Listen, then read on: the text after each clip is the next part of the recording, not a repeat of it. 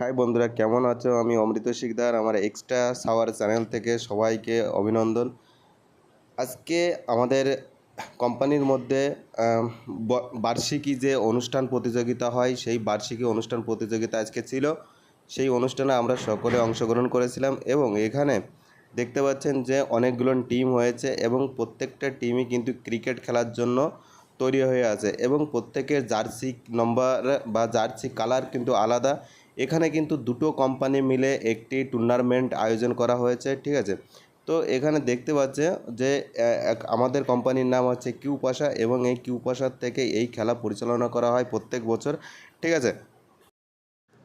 এই জায়গায় যারা বসে আছে সকলেই কিন্তু আমাদের সিনিয়র স্যাররা বসে আছে এবং আমাদের যে রেস্টুরেন্টের ম্যানেজার বা আমাদের রেস্টুরেন্টের যে মালিকরা প্রত্যেকেই কিন্তু এখানে বসে আছেন। তারা ভালোভাবে খেলাটা দেখছেন এবং ওনারা খেলাটা ভালোভাবে পরিচালনা করছেন এবং কার কী স্কোয়ার হচ্ছে সব বিষয়ে কিন্তু ওনারা খাতায় লিখে রাখছেন এবং সেই হিসাবে যার ভালো র্যাঙ্ক থাকবে তাকে কিন্তু সারপ্রাইজ দেওয়া হবে বা ভালো যে খেলবে তাকে তার জন্য ভালো গিফটের ব্যবস্থা করে রাখা আছে, ঠিক আছে।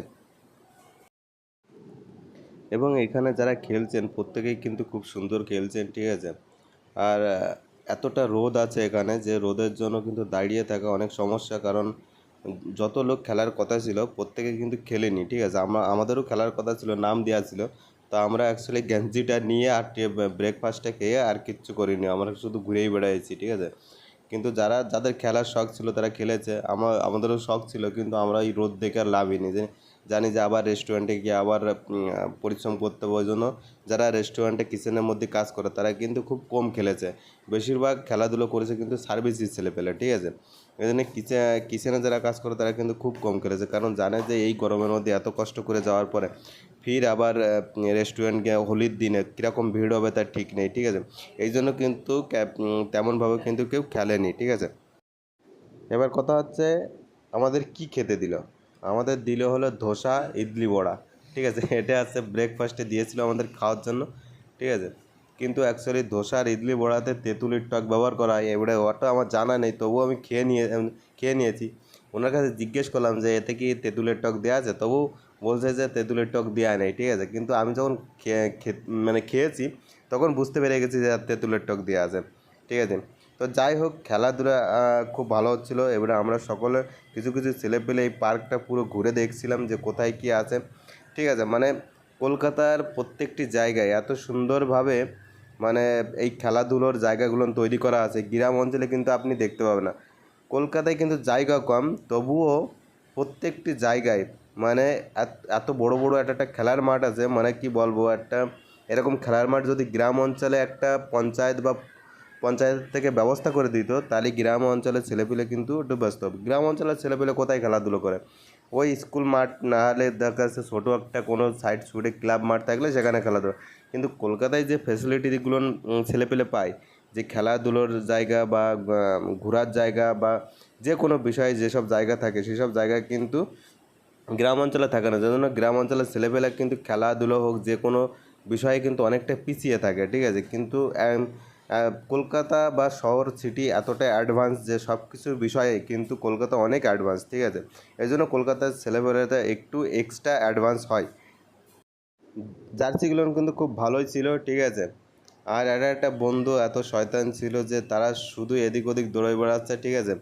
এদিক আমাদের আমাদের এক্সিকিউটিভ সেফ ছিলেন, উনি ভিডিও করতে অনেক ব্যস্ত ছিলেন, সবসময় শুধু ঘন্টা 2-1 ঘন্টা পর পর লাইভ আসছিলেন। লাইভ এসে আমাদের সবাইকে আমন্ত্রণ জানাচ্ছিলেন যে যেখানে আসো তাড়াতাড়ি মাঠে চলে আসো, ঠিক আছে। আমরা সেই অনুযায়ী এবার আমাদের এক্সিকিউটিভ সেফ কিন্তু বলে দিয়েছিলেন যে সকাল 7টার মধ্যে কি 8টার মধ্যে মাঠে ঢুকতে হবে, কিন্তু আমরা সকাল 7টা-8টার মধ্যে কি আর মাঠে ঢুকতে পারি? আমরা রাত 2-2-2:30 পর্যন্ত ডিউটি করে আমাদের যেতে যেতে কিন্তু 11টা বেজে গেছে সকাল, ঠিক আছে। 11টার সময় গিয়ে আমরা ওখানে পৌঁছেছি, ঠিক আছে।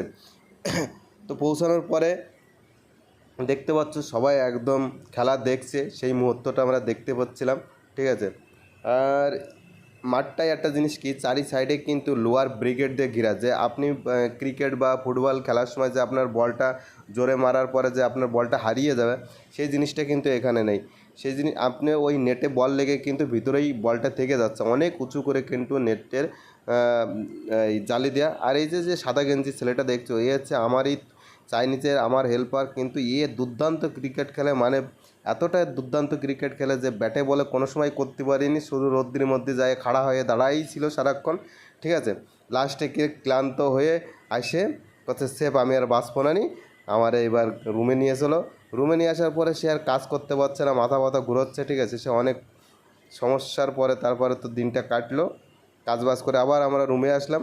এই দেখুন আমাদের এই যে আছে আমাদের মালিক, এত জোরছে শট মারলো, ঠিক আছে। আমাদের আমাদের যে কটা মালিক আছে সে কটা মালিক কিন্তু এত সুন্দর খেলে, মানে ঠিক আছে, মানে আমরা আমরা ইয়ং মানুষ হয়েও কিন্তু এত সুন্দর ক্রিকেট খেলতে পারি না, কিন্তু ওনাদের এতটা বয়স হয়ে যাওয়ার পরেও কিন্তু এত দুর্দান্ত ক্রিকেট খেলেছে না, আপনারা ভাবতে পারবেন না, ঠিক আছে।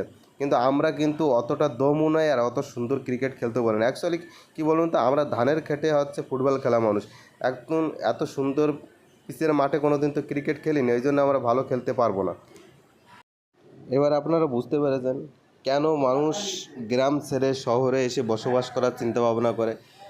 শহরে আপনার সব রকমের ফ্যাসিলিটি সরকার দিয়ে রেখেছে, তার জন্য হয়তো আপনার কাছ থেকে ট্যাক্স নেয়, কিন্তু ট্যাক্স নিলেও কিন্তু ছেলেপিলেগুলো ঠিকঠাক মতন সব রকমের পরিষেবা কিন্তু শহর থেকে পায়।